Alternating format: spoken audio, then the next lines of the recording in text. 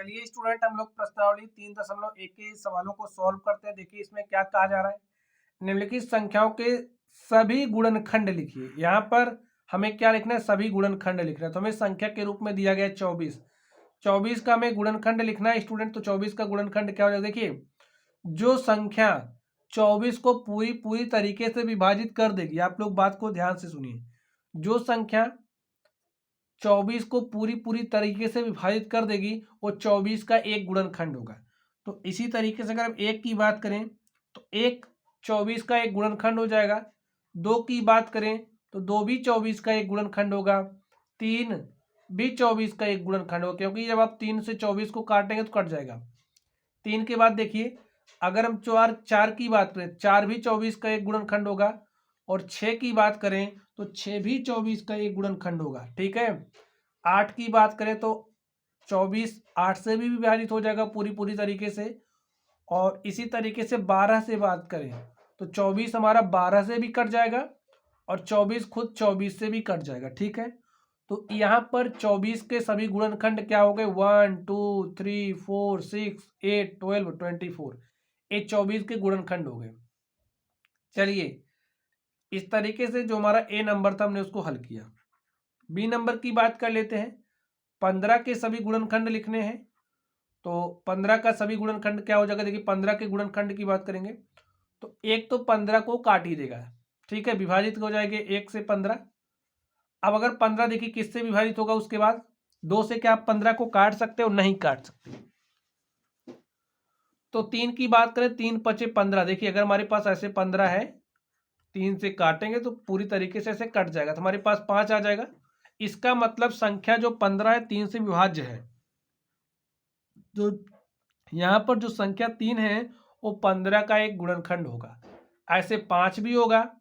और आप 5 के बाद बताइए, देखिए क्या हो सकता है। 5 के बाद सिर्फ और सिर्फ 15 ही एक ऐसी संख्या है जो 15 को काट पाएगी। ठीक। तो इस तरीके से 15 के सभी गुणनखंड क्या हो गए, 1 3 5 15। ये 15 के गुणनखंड हो गए। ठीक है। चलिए अब हम लोग इस सी नंबर पर चलते हैं और देखते हैं इसका सॉल्यूशन क्या होगा। यहाँ पर क्या दिया गया है, 21 दिया गया है और हमें इसके सभी गुणनखंडों को लिखना है। तो एक भैया ऐसी संख्या है जो सबको विभाजित कर देती है, तो एक तो होगा ही होगा। अब क्या दो 21 को काट पाएगा, नहीं काट पाएगा, तो दो तो नहीं हो सकता। 3 काट देगा। देखिए 3 से आप 21 को काटेंगे तो 7 आ जाएगा, यानी कि 3 से कट जाएगा। फिर देखिए क्या 4 काट पाएगा, नहीं। 5 की बात करें, 5 भी नहीं काट पाएगा। अब डायरेक्टली 7 काट पाएगा। ठीक है, 7। और 7 के बाद सिर्फ 21 ही एक ऐसी संख्या है जो 21 को क्या करेगी, काट पाएगी। तो इसका गुणनखंड क्या हो गया, 1 3 7 और 21। चलिए यहाँ पर डी नंबर में 27 की बात कर लेते हैं। अब बताइए 27 किससे किससे कट सकता है, किस किस संख्या से कट सकता है। 1 से तो कटेगा ही, 2 से नहीं कटेगा, 3 से कट जाएगा। और 3 के बाद डायरेक्टली किससे कटेगा, आप बताइए, 9 से। और 9 के बाद क्या कोई संख्या इसको काट सकती है, 27 अब सिर्फ स्वयं को ही काटेगी। ठीक है। तो चलिए हम लोग ई नंबर पर चलते हैं। ई नंबर में क्या दिया गया, 12। अब बताइए 12 किससे किससे कटेगा, 1 से कटेगा, 2 से कटेगा, 3 चौके 12, 3 से भी कट जाएगा, 4 तियाँ 12, 4 से भी कट जाएगा, 6 दूनी 12, 6 से भी कट जाएगा। और बताइए किससे कटेगा, अब तो भैया 12 सिर्फ 12 से ही कटेगा। चलिए अब हम लोग इस एफ नंबर पर चलते हैं और देखते हैं इस एफ नंबर का सॉल्यूशन क्या होगा। क्या दिया गया, 20। अब बताइए 20 के सभी गुणनखंड क्या क्या हो जाएंगे। 20 1 से कटेगा, जी हाँ। 2 से कटेगा, जी हाँ। अब 20 को आप 3 से काट करके दिखाइए, नहीं कटेगा। भाई 4 से कट जाएगा, 20 5 से भी कट जाएगा। और 20 अब 10 से कटेगा, किससे, 10 से।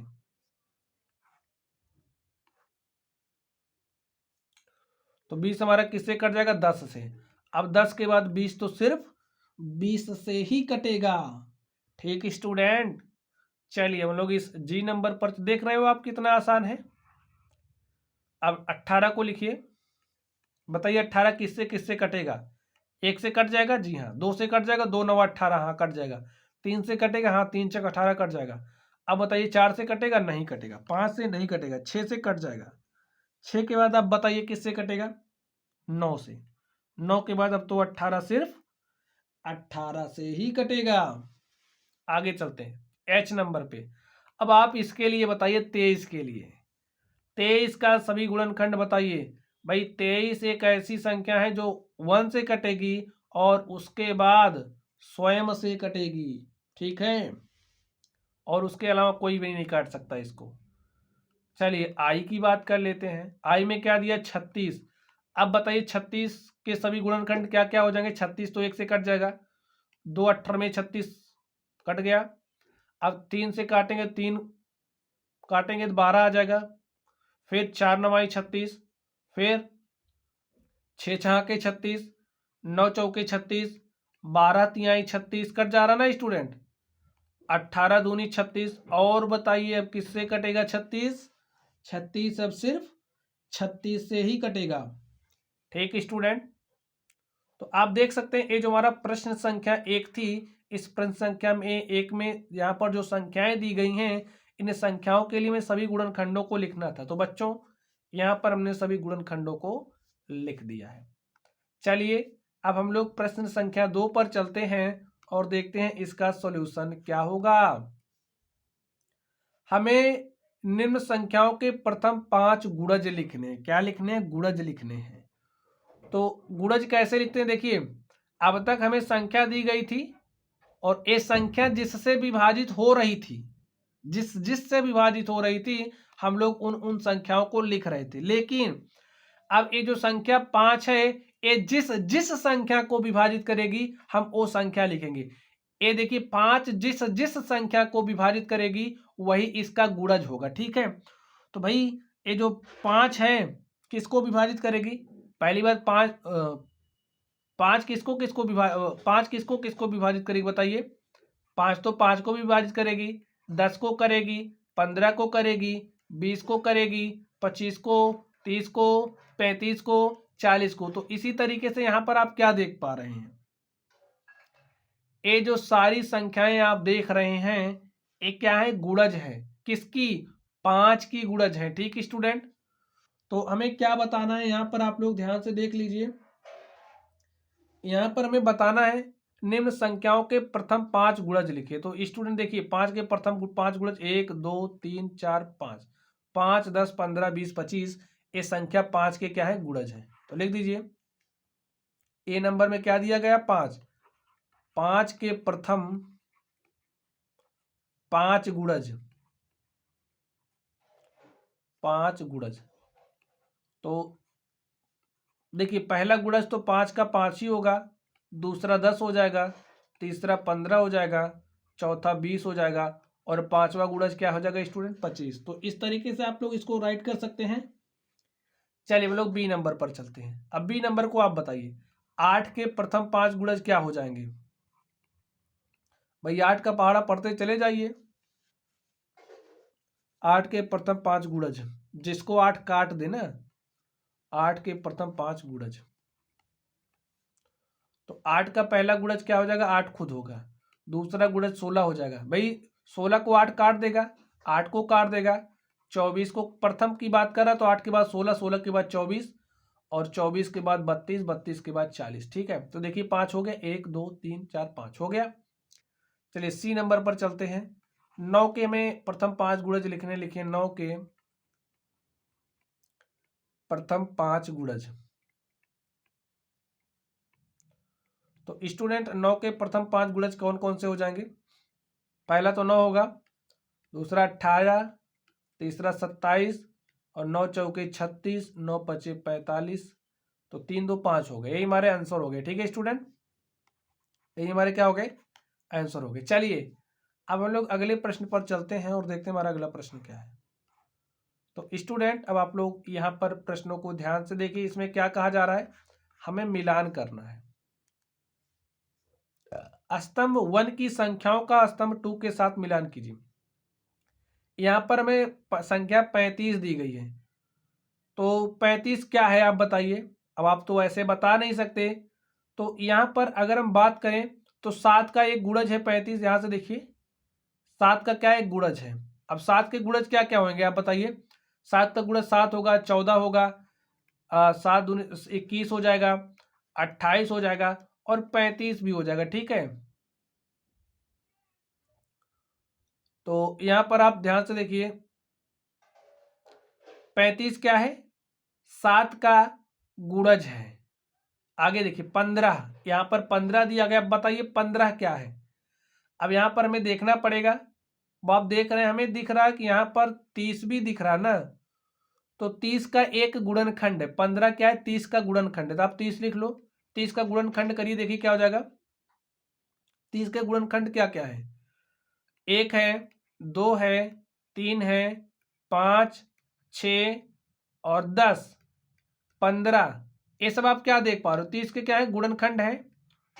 तो यहां पर 15 आ रहा है, तो 15 क्या है, 30 का गुणनखंड है। ये बात समझ गए।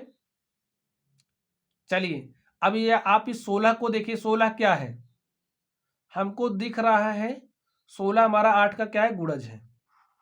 भाई 8 के गुणज की बात करोगे, 8 के गुणज की बात करोगे तो 8 हो जाएगा 16। तो आप क्या देख पा रहे हो, जो 16 है 8 का क्या है, गुणज है। यहां पर देखिए 20, 20 क्या है आप बताइए, हमें दिख रहा है 20 क्या है, 20 20 का ही एक गुणनखंड है। ठीक है, 20 20 का एक गुणनखंड है। 20 का गुणनखंड आप करिए, देखिए क्या हो जाएगा। 20 का गुणनखंड करोगे 1 होगा।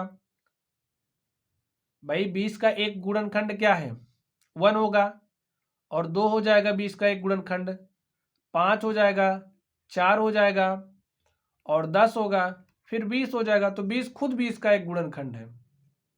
20 20 का गुणनखंड। 25 पर ध्यान से देखिए, 25 क्या है भाई, ये जो 25 देख रहे हो ना, 50 का एक गुणनखंड है। ठीक है, 50 का गुणनखंड करोगे तो 50 का गुणनखंड 1 होगा, 2 होगा, ऐसे 5 हो जाएगा, 10 हो जाएगा और 25 हो जाएगा स्वयं 50। तो जो 25 है वो 50 का गुणनखंड है।